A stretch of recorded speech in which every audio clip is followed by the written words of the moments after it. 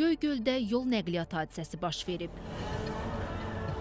Hadisə rayonun Kərəmli kəndinin yaxınlığında qeydə alınıb. Hərəkətdə olan Mitsubishi markalı minik avtomobili idarəetməni itirərək yolun kənarına aşıb. Nəticədə 3 nəfər müxtəlif dərəcəli bədən xəsarətləri alıb.